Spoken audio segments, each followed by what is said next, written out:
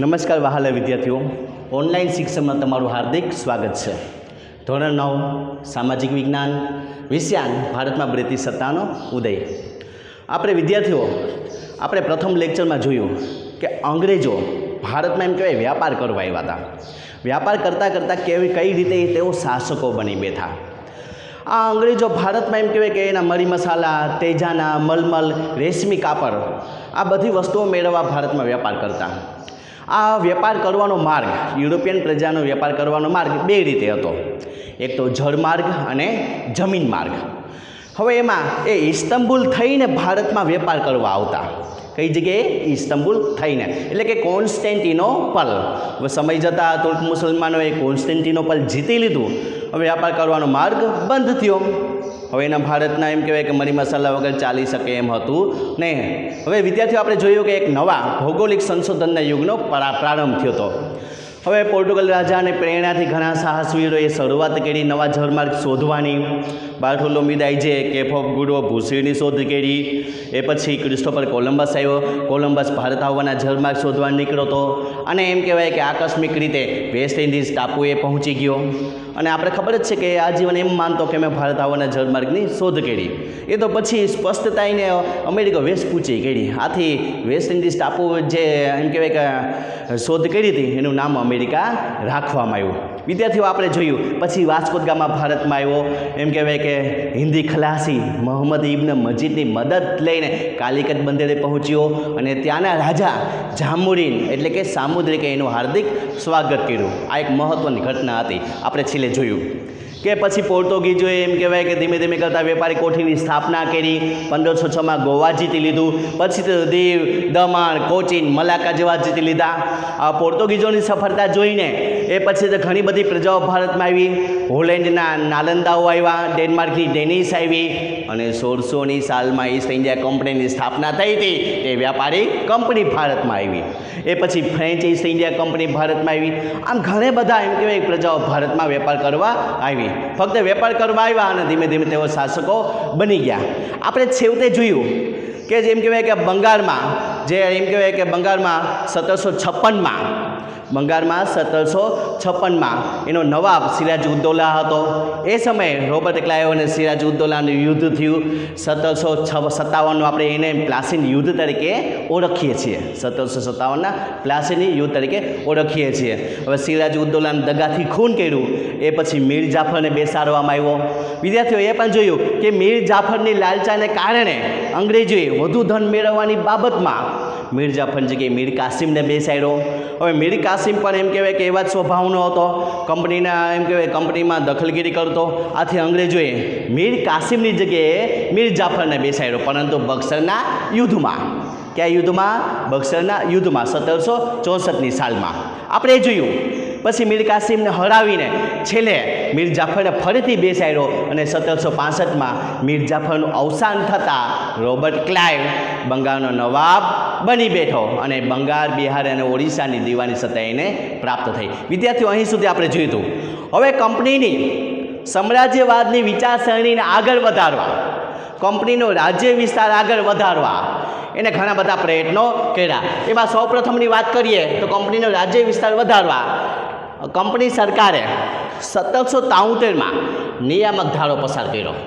1773નો નિયામક ધારો પસાર કર્યો. હવે આ કાયદા મુજબ બંગાળના ગવર્નરને ગવર્નર જનરલ બનાવ્યો. વિદ્યાર્થીઓ 1773ના નિયામક ધારા મુજબ બંગાળના ગવર્નરને ગવર્નર જનરલ બનાવ્યો. અને કંપનીનો એમ કહેવાય કે જે એની પ્રવૃત્તિઓ હતી એની વ્યાપારી રીતો અને પછી વ્યાપારી રીતો અને રાજકીય હિતોને બંગાળના ગવર્નર જનરલની નીચે લાવી દીધા. હવે જેટલી પણ પ્રવૃત્તિ કરે, વ્યાપાર કરે એ ગવર્નર જનરલની નીચે લાવી દીધા. એ પછી મુંબઈ મદ્રાસના ગવર્નર અને તેની કાઉન્સિલને પણ ગવર્નર જનરલની નીચે લાવી દીધા. આમ બંગાળના ગવર્નરને ગવર્નર જનરલ બનાવ્યો. કયા કાયદા મુજબ? 1773ના નિયામક ધારા મુજબ. બરાબર. આ રીતે ભારતમાં પ્રથમ ગવર્નર જનરલ બન્યા વોરન હેસ્ટિંગ્સ. યાદ રાખજો વિદ્યાર્થીઓ, ભારતના પ્રથમ ગવર્નર જનરલ કોણ બન્યો? Warren Hastings. હવે વોરન હેસ્ટિંગ્સના સમયમાં વોરન હેસ્ટિંગના સમયમાં પ્રથમ મરાઠા વિગ્રહ થયો. વોરન હેસ્ટિંગના સમયમાં પ્રથમ મરાઠા વિગ્રહ થયો. અને બીજો મૈસૂર વિગ્રહ થયો. કયો? બીજો મૈસૂર વિગ્રહ થયો. આ મૈસૂર વિગ્રહ એમ કહેવાય કે હૈદર અલી સાથે થયો. કોની સાથે થયો? હૈદર અલી સાથે. પ્રથમ મરાઠા વિગ્રહ અને બીજો મૈસૂર વિગ્રહ. હવે અંગ્રેજોને એમ કહેવાય કે આ બે સત્તાઓ સામે યુદ્ધ કરવા ખૂબ જ પરેશાની ભોગવવી પડી. હવે વોરન હેસ્ટિંગ પછી ગવર્નર જનરલ તરીકે ભારતમાં કોર્નવોલિસ આવ્યો. કોણ આવ્યો? કોર્નવોલિસ. હવે કોર્નવોલિસને એમ કહેવાય કે જે મૈસૂરનો વાઘ તરીકે જાણીતા, મૈસૂરના વાઘ તરીકે જાણીતા ટીપુ સુલતાન સાથે, કોની સાથે? ટીપુ સુલતાન સાથે ત્રીજો મૈસૂર વિગ્રહ થયો. કોર્નવોલિસને મૈસૂરના વાઘ તરીકે જાણીતા ટીપુ સુલતાન સાથે ત્રીજો મૈસૂર વિગ્રહ થયો. હવે ટીપુ સુલતાનને હરાવી શકાય એમ હતો નહીં. આથી કોર્નવોલિસે નિજામ અને મરાઠાની સહાય લીધી. નિજામ અને મરાઠાની સહાયથી ટીપુ સુલતાનને હરાવ્યો યુદ્ધમાં અને ટીપુ સુલતાન સાથે ઘણી બધી સંધિઓ કરવામાં આવી. હવે આપણે જોયું કે વોરન હેસ્ટિંગ પ્રથમ ગવર્નર જનરલ આવ્યો, પછી કોર્નવોલિસ આવ્યો. એના પછી ભારતમાં ગવર્નર જનરલ તરીકે સર જ્હોન સોર આવ્યો ભારતમાં. કોણ આવ્યો વિદ્યાર્થીઓ? સર જ્હોન સોર. હવે સર જ્હોન સોરની એક નીતિ હતી કે કઈ નીતિ? તટસ્થતાની. કેવી નીતિ હતી? તટસ્થતાની નીતિ હતી. આ સર જ્હોન સોરની તટસ્થતાની નીતિને કારણે એમ કહેવાય કે અંગ્રેજોની પ્રતિષ્ઠામાં ઘટાડો થયો અને મરાઠા વધુ શક્તિશાળી બન્યા. સર જ્હોન સોરની તટસ્થતાની નીતિને કારણે અંગ્રેજો એમ કહેવાય કે વધુ પરાજિત થયા અથવા એની શક્તિમાં ઘટાડો થયો અને મરાઠા વધુ શક્તિશાળી બન્યા. જ્હોન સોર પછી એના પછી ગવર્નર જનરલ તરીકે વેલેસ્લી આવ્યો. વિદ્યાર્થીઓ યાદ રાખજો, જ્હોન સોર પછી વેલેસ્લી આવ્યો. આ વેલેસ્લીએ એમ કહેવાય કે સહાયકારી યોજના દાખલ કરી. આ વેલેસ્લીએ સહાયકારી યોજના દાખલ કરી. આમ જોઈએ તો સહાયકારી સૈન્ય યોજના પણ કહી શકાય. સહાયકારી સૈન્ય યોજના. હવે વેલેસ્લીએ રાજાઓને જણાવ્યું કે તમે જો આ સહાયકારી યોજનાનો લાભ લ્યો તો અમે તમને તાલીમ પામેલું સૈન્ય આપશું. શું આપશું? તાલીમ પામેલું સૈન્ય આપશું.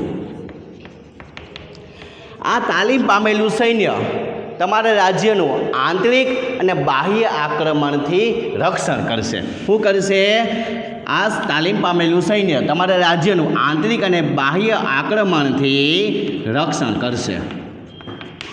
હવે એના પછી હજી એક શરત રાખેલી એને કે જે તે રાજ્યનો રાજા સહાયકારી યોજના સ્વીકારે ત્યારે એ બીજા કોઈ રાજાઓ સાથે યુદ્ધ પણ નહીં કરી શકે અને સંધિ પણ નહીં કરી શકે. એટલે કે કંપનીની પરવાનગી વગર રાજ્યએ બીજા રાજ્ય સાથે કોઈ સંધિ ન કરવી અને યુદ્ધ પણ ન કરવું. એના પછી હજી એક શરત રાખેલી કે તમારે ફરજિયાત દરબારમાં એક અંગ્રેજ અધિકારી રાખવો. શું રાખવો? અંગ્રેજ અધિકારી રાખવો. તમારા દરબારમાં એક અંગ્રેજ અધિકારી રાખો. એ પછી હજી એક બીજી શરત હતી કે અંગ્રેજ અધિકારી તો રાખી લીધો, પછી તમારે કોઈ વિદેશીઓને નોકરી આપવી નહીં. તમારે રાજ્યમાં વિદેશીને નોકરી આપવી નહીં. ફરીથી કંપનીના એમ કહેવાય કે સહાયકારી યોજના, વેલેસ્લીની સહાયકારી યોજના જે ખૂબ જ એમ કહેવાય મીઠા ઝેર જેવી યોજના હતી. વિદ્યાર્થીઓ કેવી હતી? મીઠા ઝેર જેવી યોજના કે રાજાઓને ખ્યાલ પણ ન આવે કે ક્યારે એના ગુલામ બની ગયા. રાજાઓને ખબર પણ ન પડે. રાજાઓને એમ લાગે કે અંગ્રેજો આપણી મદદ કરે સૈન્ય આપીને, પણ એને ખબર હતી નહીં કે આ મદદ હતી નહીં, આ ગુલામ બનાવવાનું કાવતરું હતું.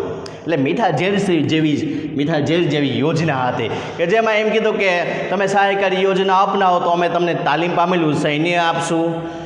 જે આ સૈન્ય છે એ તમારું આંતરિક અને બાહ્ય આક્રમણથી રક્ષણ કરશે. તમારે તમારા દરબારમાં અંગ્રેજ અધિકારી રાખવો, વિદેશીને નોકરી ન આપવી, કોઈ બીજા રાજાઓ સાથે સંધિ ન કરવી અને યુદ્ધ પણ ન કરવું પરવાનગી લીધા વગર. આવે એમ કહેવાય કે વેલેસ્લીની સહાયકારી યોજના હતી. આ સહાયકારી યોજનાઓનો ભોગ ઘણા બધા રાજાઓ બની ગયા, જેની આપણે વાત કરીએ.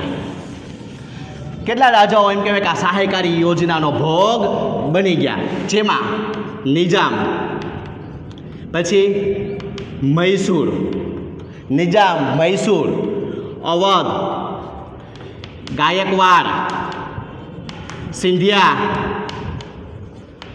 પછી ભોસલે અને હોલકર અંગ્રેજોની જાળમાં ફસાઈ ગયા. સહાયકારી યોજનામાં એમ કહેવાય કે અંગ્રેજોની જાળમાં ફસાઈ ગયા. કયા કયા રાજાઓ હતા ફરીથી જોઈએ આપણે. એક તો નિજામ, મૈસૂર, અવધ, ગાયકવાડ, સિંધિયા, ભોસલે અને હોલકર એટલા રાજાઓએ સહાયકારી યોજના લીધી અને એમ કહેવાય કે એ રાજાઓના પ્રદેશો અંગ્રેજોએ પોતાની પાસે કબજે કરી લીધા. વિદ્યાર્થીઓ, આ સહાયકારી યોજના હતી. હવે સહાયકારી યોજના કોણે આપેલી? વેલેસ્લી. વેલેસ્લી પછી ભારતમાં હેસ્ટિંગ્સ આવ્યો. કોણ આવ્યો? હેસ્ટિંગ.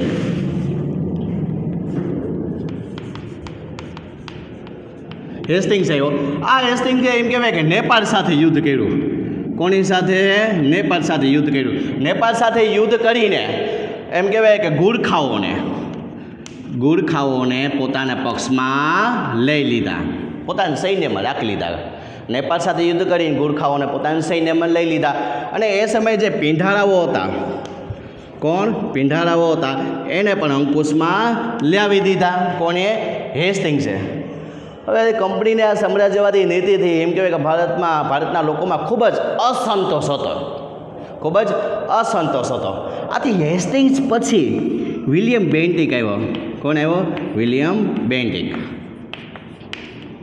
આ વિલિયમ બેન્ટિકને એમ કહેવાય કે ઉદારવાદી ગવર્નર જનરલ તરીકે ઓળખવામાં આવે. ઉદારવાદી ગવર્નર જનરલ તરીકે.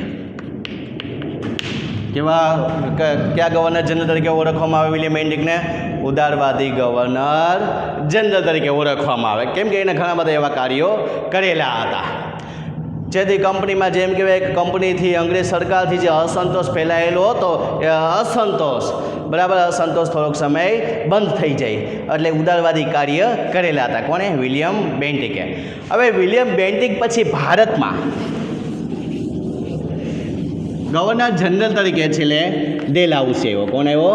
ડેલહાઉસી. આ ડેલહાઉસી તેની સામ્રાજ્યવાદી નીતિને કારણે ખૂબ જ પ્રખ્યાત હતો. એમ કહેવાય કે ડેલહાઉસીએ એમ કહેવાય કે અંગ્રેજ સરકારનો જે રાજ્ય વિસ્તાર વધારવા, જીત, જપ્તી અને ખાલસા નીતિ અપનાવેલી હતી. કઈ? એમ કે અંગ્રેજોને સામ્રાજ્ય વિસ્તાર વધારવા, જીત, જપ્તી અને ખાલસા નીતિ અપનાવેલી હતી. તેના દ્વારા ઘણા પ્રદેશોને, ઘણા રાજાઓના રાજ્યને ખાલસા કરી દીધા. જીત, જપ્તી અને ખાલસા. યાદ રાખજો, ડેલહાઉસીએ. હવે કઈ રીતે એમ કહેવાય કે કોઈ રાજ્યને ખાલસા કરતો? જેમાં કોઈ રાજ્ય હોય તો એની ઉપર, એ રાજ્ય ઉપર યુદ્ધ દ્વારા, કોના દ્વારા? યુદ્ધ દ્વારા, અથવા આક્રમણ કરીને એ રાજ્યને પોતાને હસ્તક લઈ લેવું યુદ્ધ દ્વારા. બીજું, કોઈ રાજા હોય એમ કહેવાય કે અપુત્ર અવસાન પામે, એટલે નિસંતાન હોય, બરાબર? એ રાજા અવસાન પામે તો એ રાજ્યને ખાલસા કરી દેતા. પછી કોઈ એમ કહેવાય કે રાજ્ય હોય એને કરજની ઉઘરાણી બાકી હોય તો એ રાજ્યને પણ ખાલસા કરી દેતા. કોઈ રાજ્ય એમ કહેવાય કે નામ પૂરતું હોય, શાસન ચાલતું હોય તો એ રાજ્યને પણ ખાલસા કરી દેતા. ને છેવટે ગેરવહીવટના કારણો આપીને રાજ્યને ખાલસા કરી દેવામાં આવતા. આમ ડેલહાઉસીએ પણ રાજ્ય વિસ્તાર વધારવા ઘણા બધા રાજ્યોને ખાલસા કરી દીધા. એમાં એમ કહેવાય કે ઝાંસીનું રાજ્ય, અને આપણે ઇતિહાસમાં ઘણું બધું જોયું, એ રાજ્યોને પણ ઘણા ખાલસા કર્યા. ડેલહાઉસીએ થોડાક સારા કાર્ય પણ કરેલા હતા, ખૂબ જ સારા કાર્ય પણ કરેલા હતા. ડેલહાઉસીના સમયમાં એમ કહેવાય કે અંગ્રેજી કેળવણીની શરૂઆત થઈ. કઈ કેળવણીની? અંગ્રેજી કેળવણીની શરૂઆત થઈ. અને 1853માં મુંબઈ અને થાણા વચ્ચે રેલવેની શરૂઆત થઈ. કોની વિદ્યાર્થી શરૂઆત થઈ? રેલવેની. આ ડેલહાઉસીના સમયમાં અંગ્રેજી કેળવણીની શરૂઆત થઈ. 1853માં મુંબઈ અને થાણા વચ્ચે રેલવેની શરૂઆત થઈ. એક તો બાંધકામ ખાતાની પણ શરૂઆત થઈ. બાંધકામ ખાતાની પણ શરૂઆત થઈ. એના એમ કહેવાય કે ડેલહાઉસીના સમયમાં વિધવા પુનર્વિવાહ, બરાબર, એવા ઘણા બધા કાયદાઓ લાવવામાં આવ્યા અને બાળ લગ્નને પણ અટકાવવામાં આવ્યા.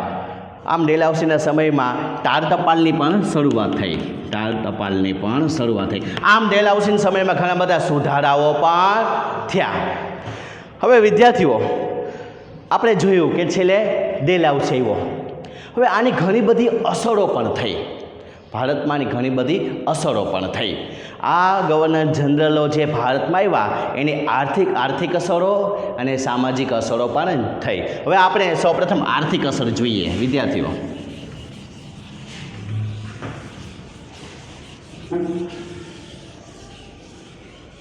અંગ્રેજ સરકાર દ્વારા ભારતમાં આર્થિક અસરો.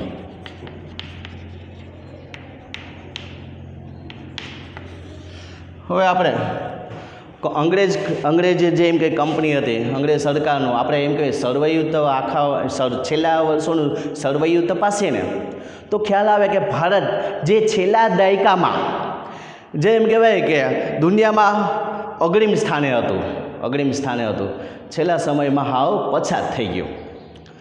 આ બંગાળની વાત કરીએ તો બંગાળમાં એમ કહેવાય કે શણ, ખાંડ, રેશમી કાપડ,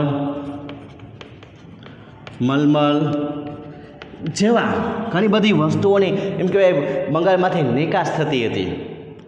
એ અંગ્રેજોની નીતિઓને કારણે આ બધી ઉત્પાદન ઓછું થઈ ગયું. બંગાળની આખી ચમક જ ખોવાઈ ગઈ. બધું ઓછો થઈ ગયો.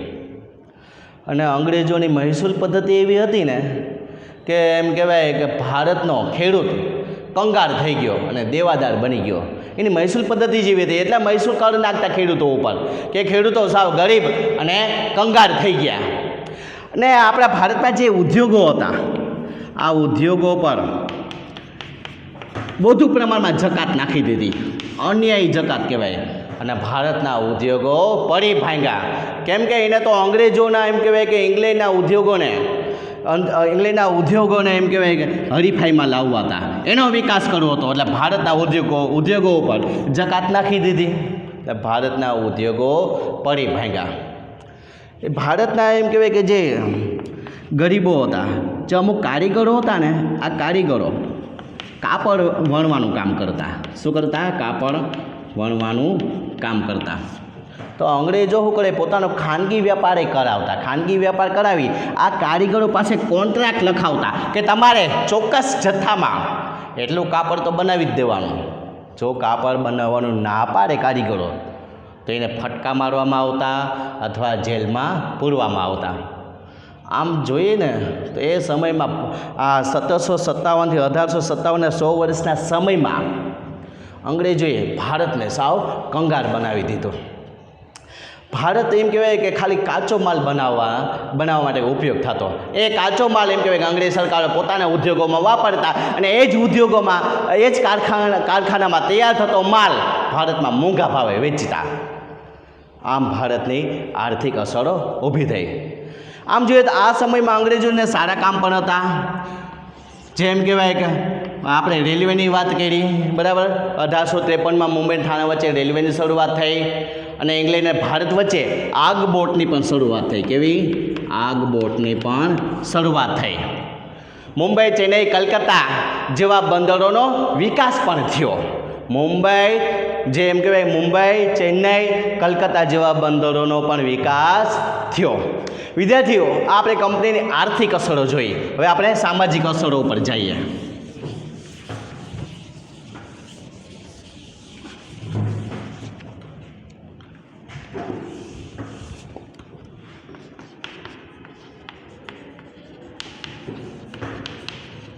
તે ભારતમાં કઈ કઈ સામાજિક અસરો થઈ? હવે અંગ્રેજોના સમયમાં વર્તમાનપત્રનો વિકાસ થયો. આમ વર્તમાનપત્રોની શરૂઆત થતાં અને વિકાસ થતાં ભારતના લોકોમાં સ્વાતંત્રતાની ભાવનાનો વિકાસ થયો. બરાબર કે ઠેર ઠેરની માહિતી વાંચતા લોકોને સમજાનું કે હવે આપણે પણ કે એમ કહેવાય કે અંગ્રેજો સામે લડવું પડશે.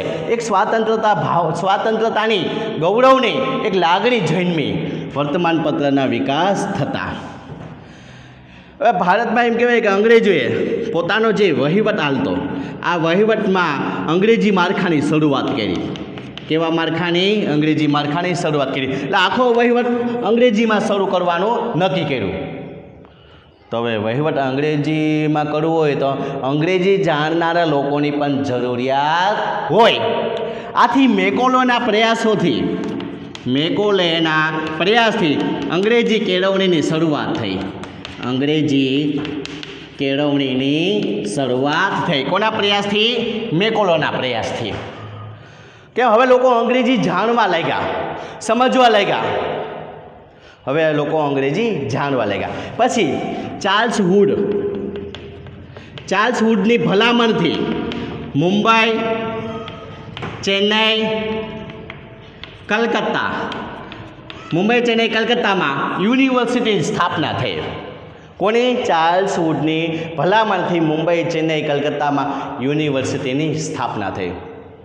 હવે અંગ્રેજોના સંપર્કમાં આવતા એ સમયે રાજા રામમોહન રાય, બરાબર, દુર્ગારામ મહેતા જેવા લોકોએ અંગ્રેજોના સંપર્કમાં આવતા સતી પ્રથા, બાળ લગ્ન, વિધવા પુનર્વિવાહ જેવા કાયદાઓ કરાવ્યા.